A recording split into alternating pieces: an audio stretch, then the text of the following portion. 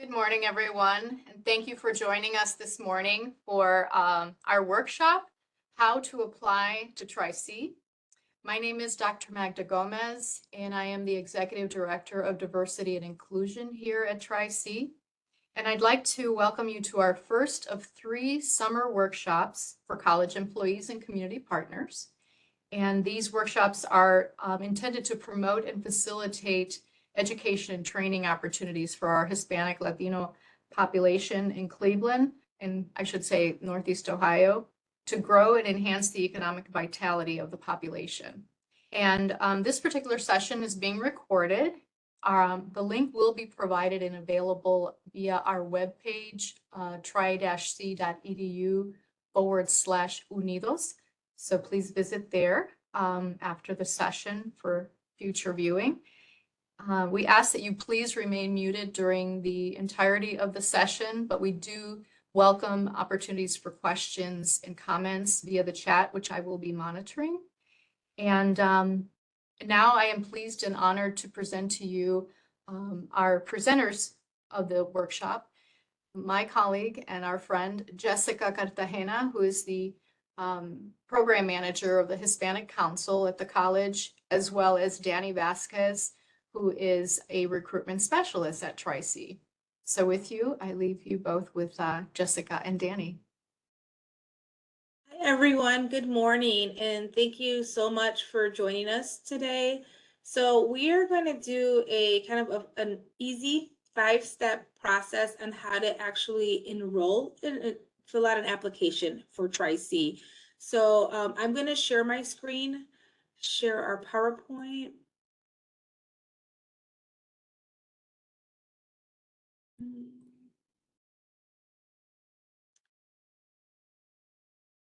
So here to have someone enroll in Tri-C, there's actually five steps. So it's a very simple process.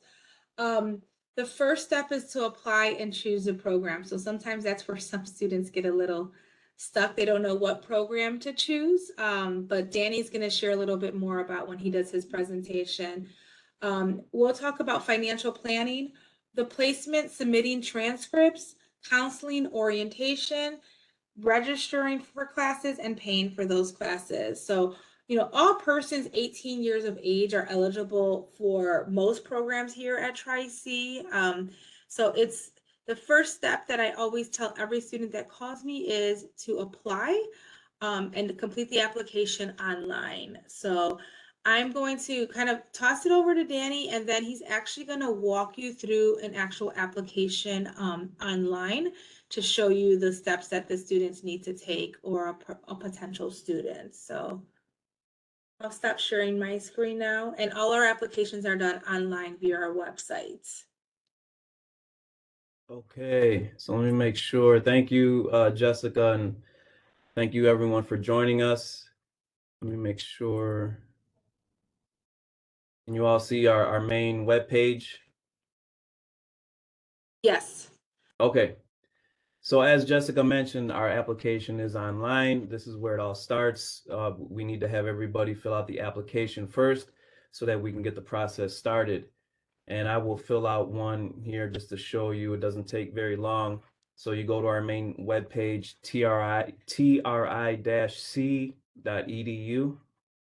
tric.edu, and click here on apply.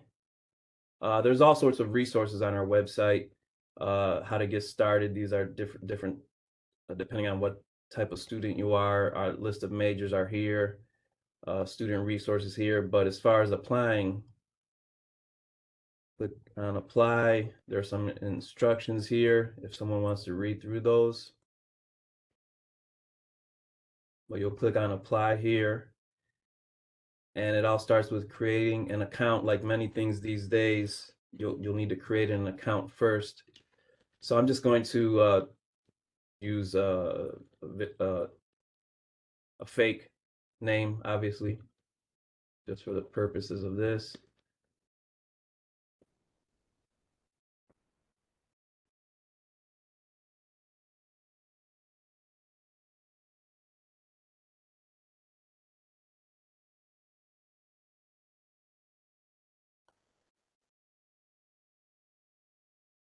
So after the account is created,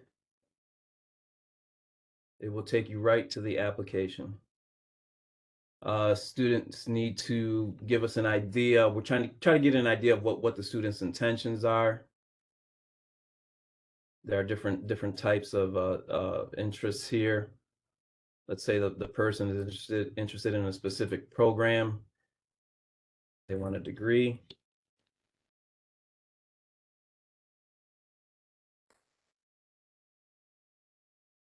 Anything with the red asterisk is required. For the purposes of this example, I'm going to just list a non-citizen.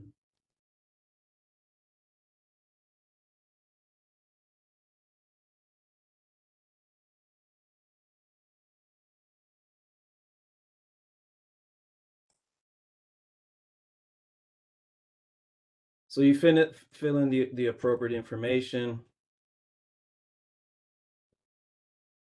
Again, anything with the red asterisk is required.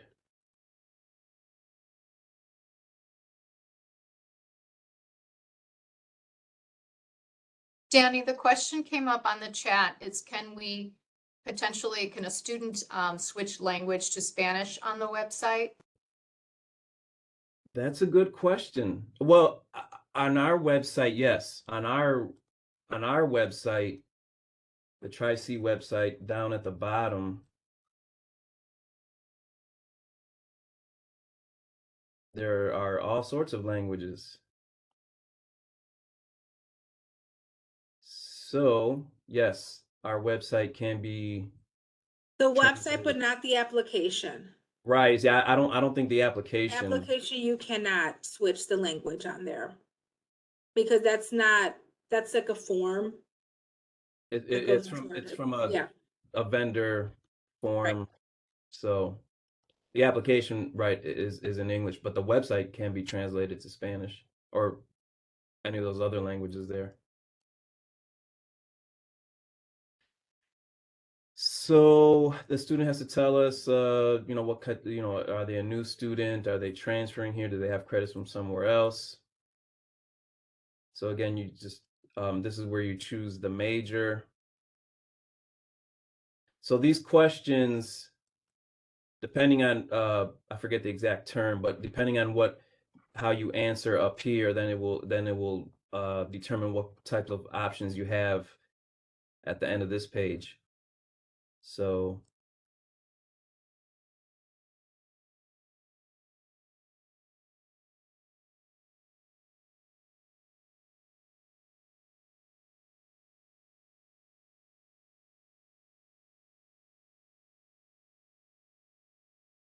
did you attend high school in Ohio? Let's say yes. Did you graduate? Yes. So just put in the appropriate information.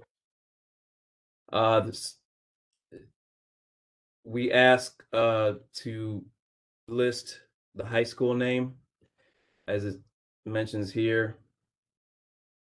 We just need the first 3 characters of the high school name. This is just an example, obviously. If the student graduated from outside of the United States, let's see here.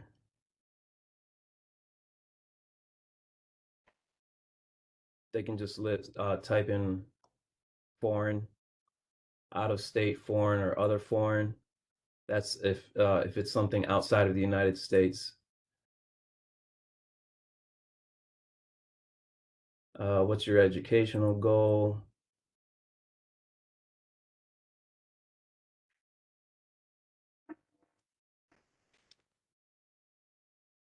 Of course, I get a phone call, but anyhow, this is the last page of questions.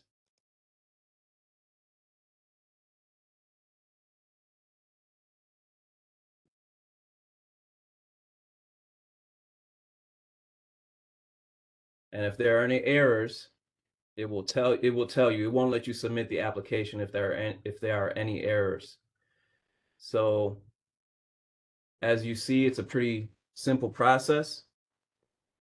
Anything in red needs to be answered. And at the end, hit submit, and there it is.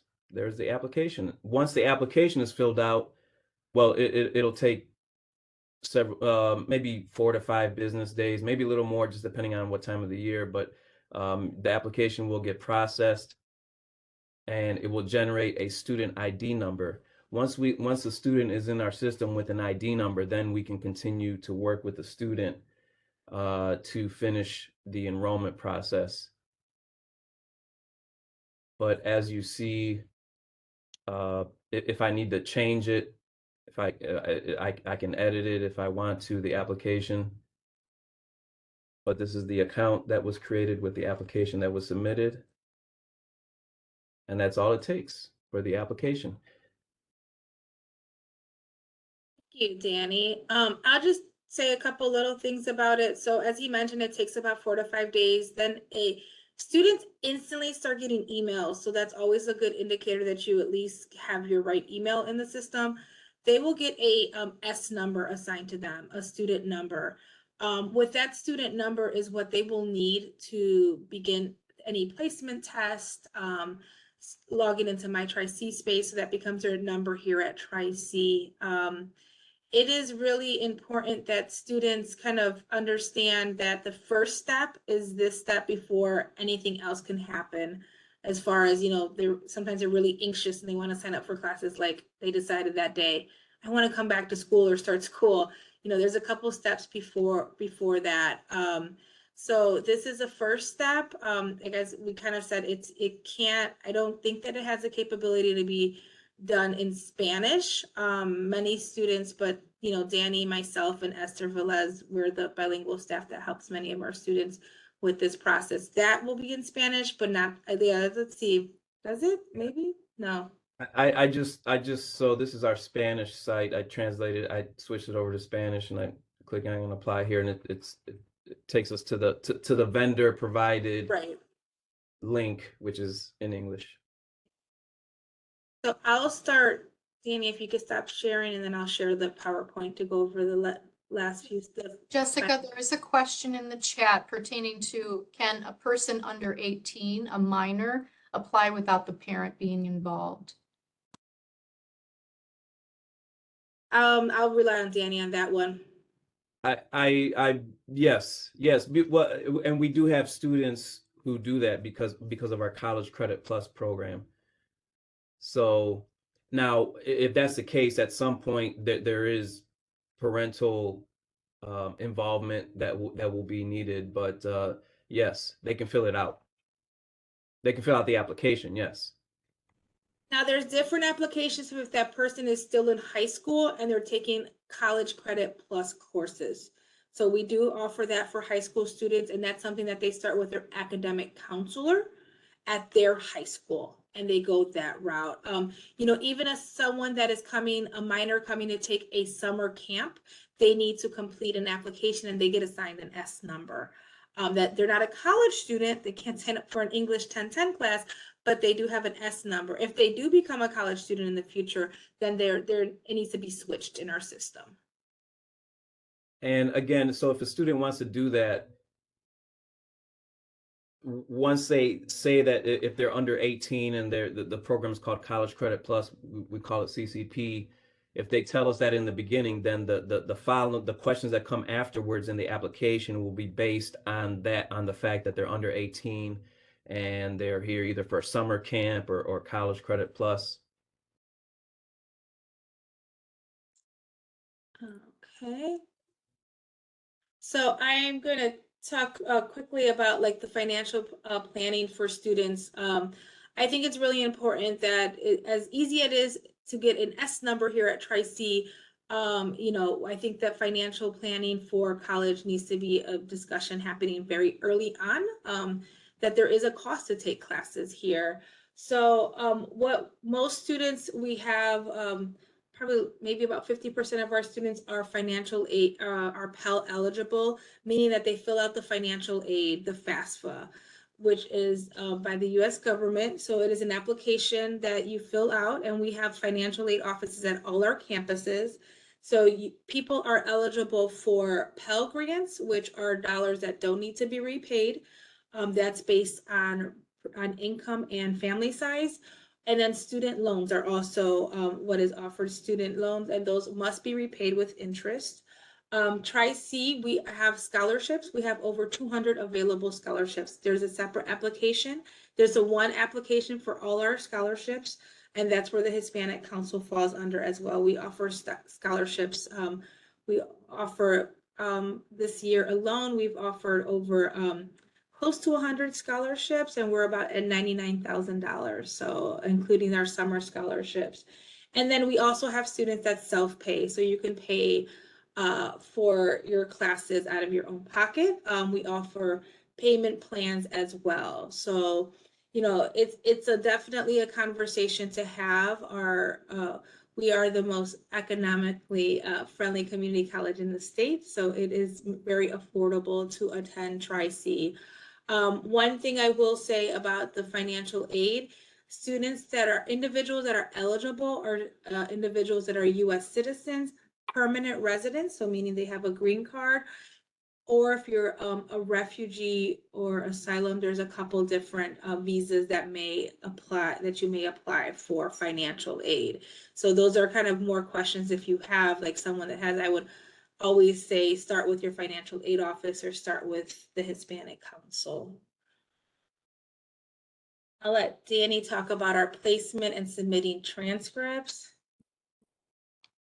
Okay, so once a student has applied and they've got their financial aid or they're trying to figure out how they're going to pay for the classes here, the next step would involve placement testing. We need to find out where the student is at with as far as English and math. We're not just going to place someone in calculus, for example. We need to see where they're at with English and math. If they've graduated from the United States, a high school in the United States, a recent high school graduate, we would ask them to submit their high school transcripts, and if they've taken the ACT or SAT, we would ask for those scores as well. Depending on their GPA from high school and or depending on their test scores, ACT, SAT, we might be able to place a student in English or math with those grades and or test scores. But we would need to have those transcripts and those documents in order to make that determination. If the student has been out of high school for a few years, then they'll just have to take our placement exams. One of the things, if it's someone who's when they go to take the exam, the questions will be very specific. If the student has taken ESL classes in the past, or if they're English, if their first language is not English, then they will automatically be required to take the ESL exam, English as a second language exam. So that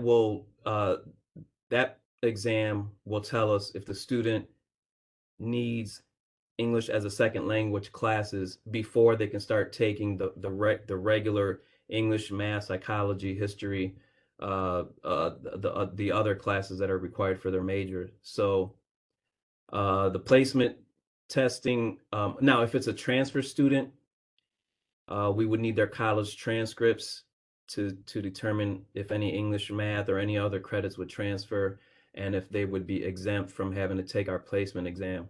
So if there aren't any transcripts available for whatever reasons, we'll work with the student.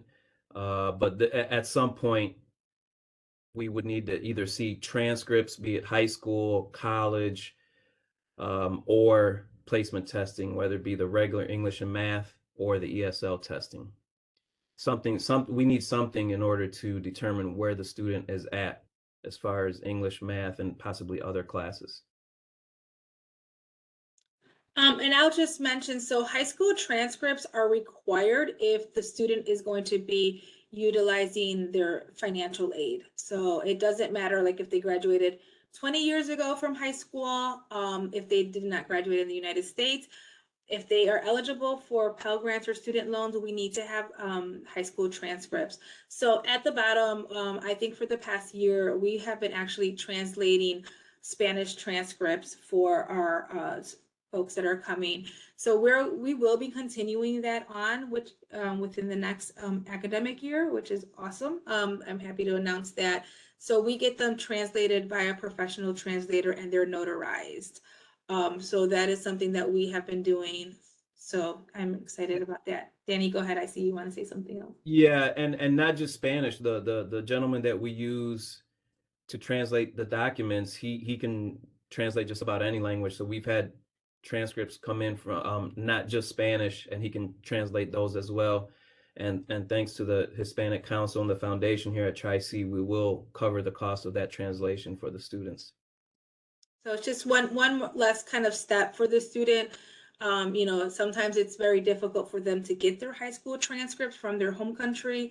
So I did see the question. So it was, how do you determine if ESL? So ESL, if you did not graduate high school in the US, or if you took ESL because you arrived here in the US, like kind of like in your teens or later, and like you will be prompted to take the ESL placement test. Doesn't mean you may need it.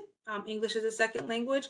I have seen people test out of it. It all determines, it's a two-part test that they need to take. It's a grammar written and then an actual interview with a ESL professor, and they will determine if the person needs ESL. So that's the English as a second language process. The questions will prompt them, and I think, like Jessica said, I think it's have you ever taken ESL in the past? Is English your first language, or did you graduate from high school from outside of the United States? And then, depending how they answer that, then they will be prompted and required to take the ESL test. And again, it does not mean they will take ESL. It's just to see where they're at. So we have our counseling and orientation. So a lot of times, many counselors, we have to have, as Danny was saying, it's really important to have as much information about the students prior to their appointment with an academic counselor. We have new student orientation. So these were being done online. I think there still is an online option, but it is required for all students, new students coming to Tri-C. I did make a little side note. So if you're an English as a second language student, you are not required to do new student orientation. So, I think that's kind of many times if they're working with me and Esther or Danny, we kind of help them along the way. There's a lot of great information that they learn during the new student orientation. It really helps the student kind of pick their courses, meet their academic counselor, learn about all the different student resources that we have here. So it's a really important part. And every student here has what we call a first year experience. It's a 1-credit class that they take their first semester at Tri-C. Not ESL students, but all the other students. And it really helps them kind of navigate their way, not just through Tri-C, but kind of like college in general. And also, as far as ESL students, they are not required to take new student orientation, but there is an orientation for ESL students. The ESL department puts on an orientation specifically for their students where they get to meet the ESL staff, and they get a better understanding of how the ESL program is structured so that they can make the transition to those classes in the Tri-C. And there is going to be a first year experience for ESL students. It's new, and it's going to happen. It's going to start in the fall. So we're trying to be inclusive here and include the ESL students as well. So in that first year experience structure. And Danny, I'll toss it to you. You could talk about the 5th step and final step. Yes, register and pay. So one of the many things that get done during orientation is the students will get to register for their classes, and they'll receive assistance as far as how to register. When they leave from orientation, they will be registered. The college's policy is, depending on at what point in the semester the student registers, payment is due at the time of registration. Now, but there is some time is given to the student to get the payment together. for example, if someone wants to come for the fall, they can register now, but I believe the payment deadline is July 31st. So if a student registers now, payment is not due until July 31st. Come August 1st, hopefully payment will be in place. And if they work with us and they work with the counselors during orientation, we will work with the students to make sure that's the case. But at some point before the classes start, the college needs to ensure that payment is in place. After the payment deadline, so in this case, after August 1st and later, students can still go through the enrollment process. They can still take the placement exams. They can still get registered, but August 1st or later, they will have to pay the same day that they register, either pay or have their payment in place. And by that, I mean having either their financial aid in place, or if they have an employer, a third party is paying for them, that needs to be in place at the time of registration. But That's an important thing too. I think many students, so it's really easy to go into and register for classes, but you will be dropped and I within the hour. I'll say right now, you will be dropped within an hour if it's past the deadline. Like right now, we're doing a pay later, which is a really nice option for students because it takes financial aid if you apply about 7 to 8 business days for Tri-C, and if there's any missing information. But after August 1st, which is when the majority of our students sign up 3 weeks before classes. So when they're coming to us, there needs to be some type of payment plan in place that they understand if they're using financial aid or if they're setting up a payment plan, because if not, they will be dropped within that hour from that class. So that is something that it's really fast. So because especially when it's kind of down to the wire, you want students that are actually going to attend the class and not, are thinking about it, and then someone that really wanted can't get into that class because it's full. So There's a couple of questions in the chat. One pertains to our students participating in summer camp, our young folks. Do they get an ID card, Tri-C ID card? Do you know? they have an ID number. I'm not sure. I'm not sure if summer camp students get an ID card. I'd have to So double check.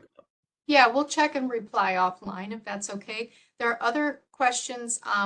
If a student has tuition reimbursement through their employer, such as Metro Health, could they pay later?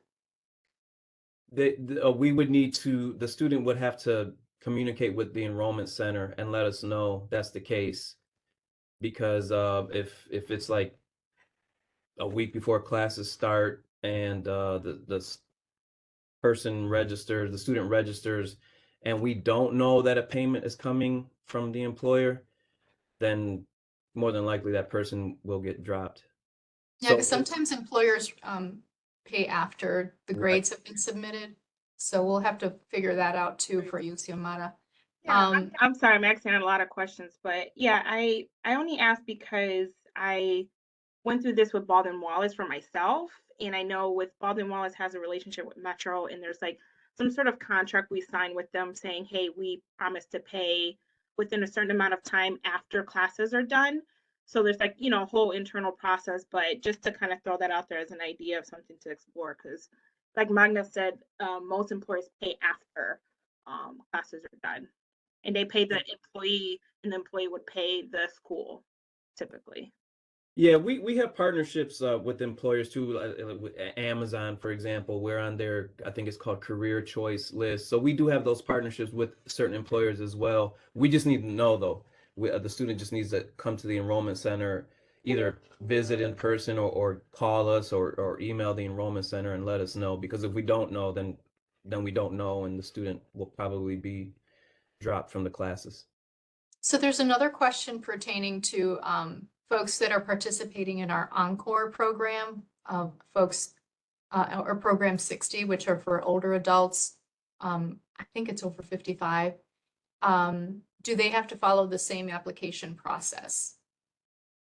Yeah, part of it, yes. They have to make sure that they're in the system. So filling out the application, so that we have an ID number, because with that ID number, that will allow the student at some point to register.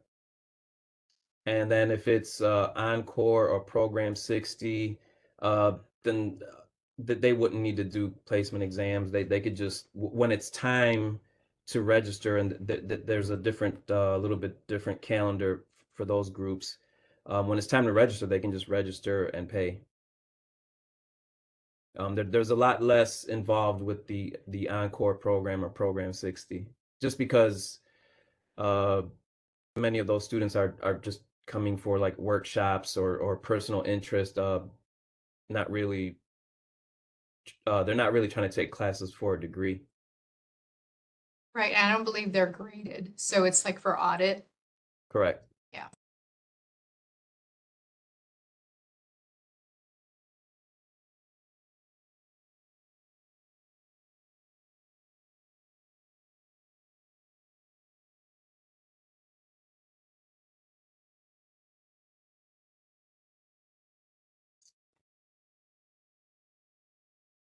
And I was just about to share that. There we So go. So we have a bilingual staff, Spanish bilingual staff. That's why I put that, because we have a lot of different languages here at Tri-C.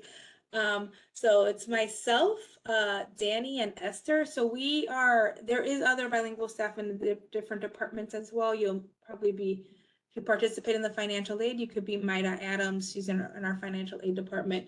But we are kind of like front line as far as enrollments, kind of, and Danny's definitely the enrollment experts here at Jet College. So please feel free to pass on our phone numbers and emails to anyone that is interested. We definitely are here. My office is located at the Western campus. Danny's at Metro, but I serve students all across the college. So yeah, it doesn't matter what campus they want to attend. They can come here to Metro and get and end up taking classes at Western campus in Parma, or go to Western in Parma and take classes at East. It doesn't matter. So wherever the student wants to take classes, whatever is most convenient for them, by all means, we will assist them. And if any students need assistance in a language other than English or Spanish, then we have reached out to some of our colleagues here, for example, to assist us with students who speak different Arabic languages as well. So whatever the students need, we try our best to accommodate their needs and get them started on their futures here. So it all starts with the application. Once the application is there, then we can get the ball rolling. that's a good way to end it, because people call us very anxious, and it all starts with the application. Right. So, are there any other questions for Jessica and or Danny? Feel free to unmute yourself if you need to. I don't have a question, but just an offer. I am the reading specialist. I'm housed on Metro campus. And so if you have any students who don't really need the ESL help, but are still struggling with the textbook reading, please remember my name and point them in my direction.